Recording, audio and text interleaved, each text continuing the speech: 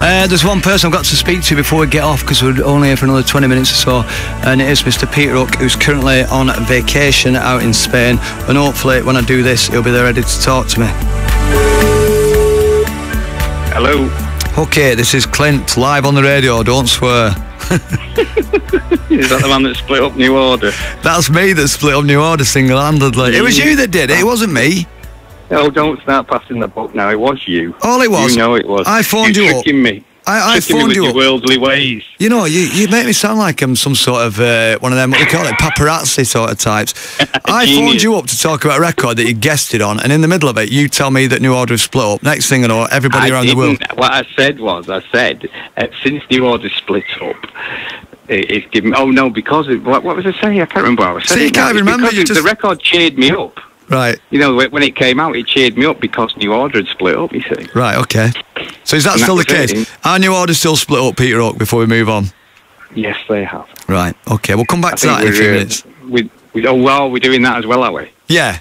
We're going to mend it. You're such a news hound, aren't you? We're going to mend it. We're going to mend a New Order at the end of this interview. Oh, good boy. Go on. Right, listen, you know, last week when the news broke that Anthony had passed away, you were one person that I was hoping was in Manchester, because I would have come round and give you a big hug. You weren't. You were in Japan, weren't you? Yeah, no. It was horrible, actually. Because you told me that tell me about the moment when you found out that Anthony had died.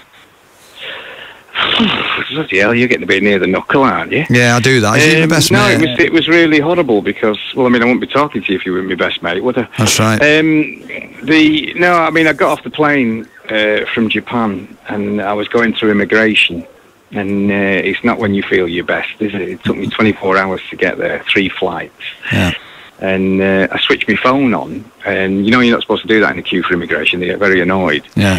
And it just started beeping like mad, and I knew that something had happened because there was so many text messages. And I was like that, stood in the queue for immigration. I thought, well, I know this is bad news. I just presumed it was about New Order. And I just, you know, you can't resist it. Right. And it was Arthur Baker, actually, that had let me know, that told me about that he'd passed away. Right, and you're obviously on your own on the other side of the world. Yeah, which wasn't exactly the great. I mean, it made me feel horrible. Actually, I just felt really lonely. Right. And it's like your world's collapsed. It was horrible. It was really horrible. It's still horrible now. I can't come to terms with it now, to be honest. Because your history with Tony Wilson goes back to, what, was it 76, 77 when you first met him? Yeah, it was the Stiff Chiswick Challenge when Ian told him to F off. Right. Which is immortalised in Control. Yeah. In the film, yeah. I mean, it's funny, actually, because I was thinking, like, today after you phoned, that how much, sort of, personally, you know, we'd been together. I always used to pick his cars for him. Whenever he wanted a new car, he'd phone me up and ask me which car to get.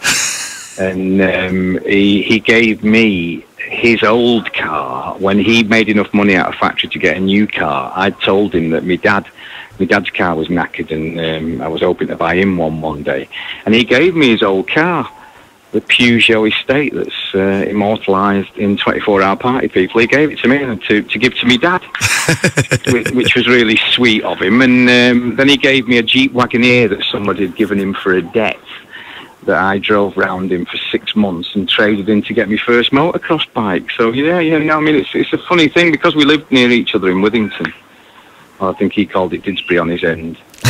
We did actually, you know, spend a lot of time together. And when he had Oliver and Isabel, and I had mine, the kids were the same age.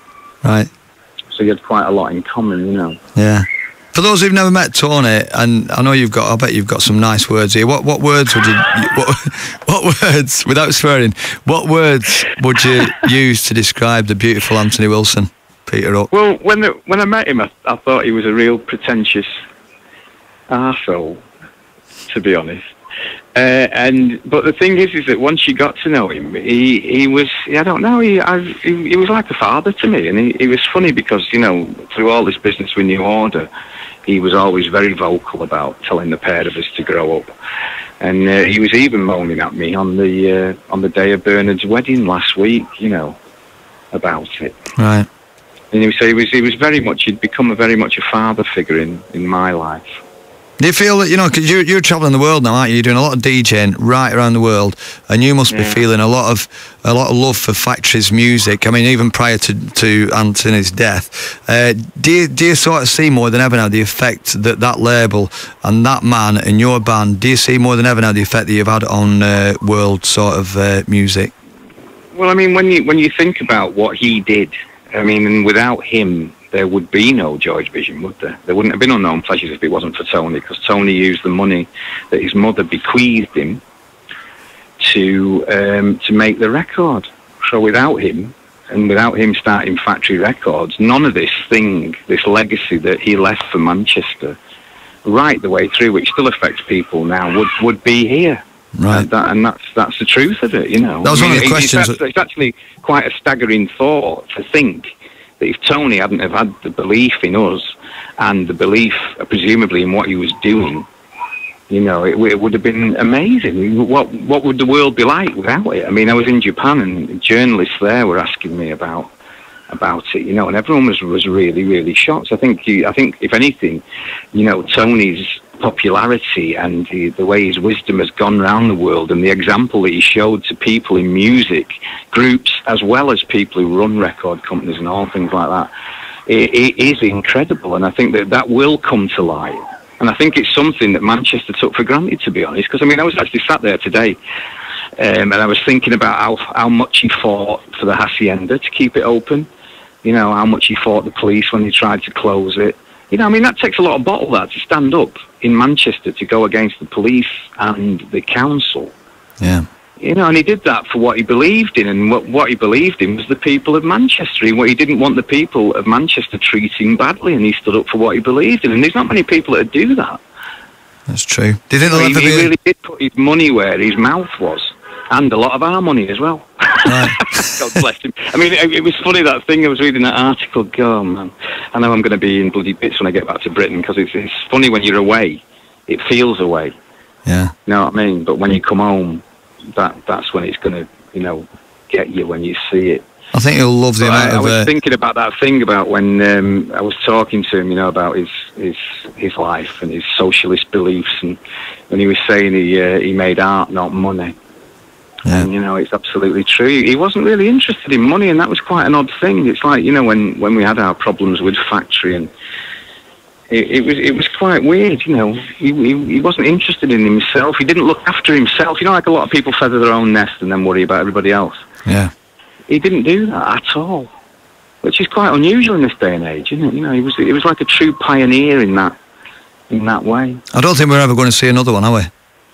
Well, I mean, I am really worried, to be honest, about Manchester, because I can't see to lose Rob Gretton and then Tony Wilson and New Order, if you like. It's a worrying time for Manchester. Right. Well, we can, the latter, we can do something about. Okay. Well, hopefully. Right. I mean, hopefully there will be someone that will take his place or be inspired by what we've all done, and you included. Yeah, well, you know me, don't you? I mean, we all made an impression on the world. I mean, it made me laugh when I was watching you, because I've not seen you for ages, at Loch Lomond in the Hacienda tent, which was the only one steaming, wasn't it? Yeah, totally. Because I was the only one steaming. Yeah. And when you put your Inspiros track on, and how they were all singing along with it, and I think you underestimate yourself, mate. I don't underestimate myself. I'm a bit modest, Yeah, bloody do. I think what coming back to the point of the question, or what we're discussing there, I think there's a few thousand people in Manchester, like you, like me, like Manny, like the artists, the club owners, the DJs. There's a lot of people who've been inspired by Tony and Factory. We'll carry on the work for him. I think between us all, we can carry on some of the momentum that he started, can't we?